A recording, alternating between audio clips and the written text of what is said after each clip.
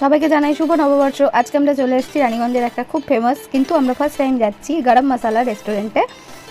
তো আমরা প্রথমেই চলে গেলাম রেস্টুরেন্টের নিচে কাউন্টারে, যেখানে সিট না থাকায় চলে যাচ্ছি ওপরে ওদের রেস্টুরেন্টের মেন পার্টটা।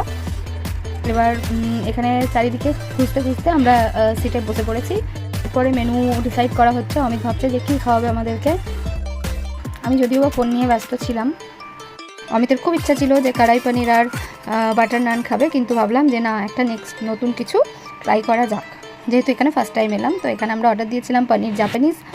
সত্যি সেটা স্বাদে দুর্দান্ত ছিল, আর তার সঙ্গে বাটার নান।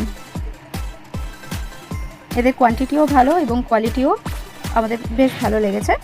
ফার্স্ট টাইম ট্রাই করলাম, বাট ভালো। এবং এটা হচ্ছে টোটালি একটা ভেজ রেস্টুরেন্ট। তো এখন মনি এগুলো সার্ভ করে দিচ্ছে আমাদেরকে, আর দেখে তো মানে অপূর্ব লাগছে।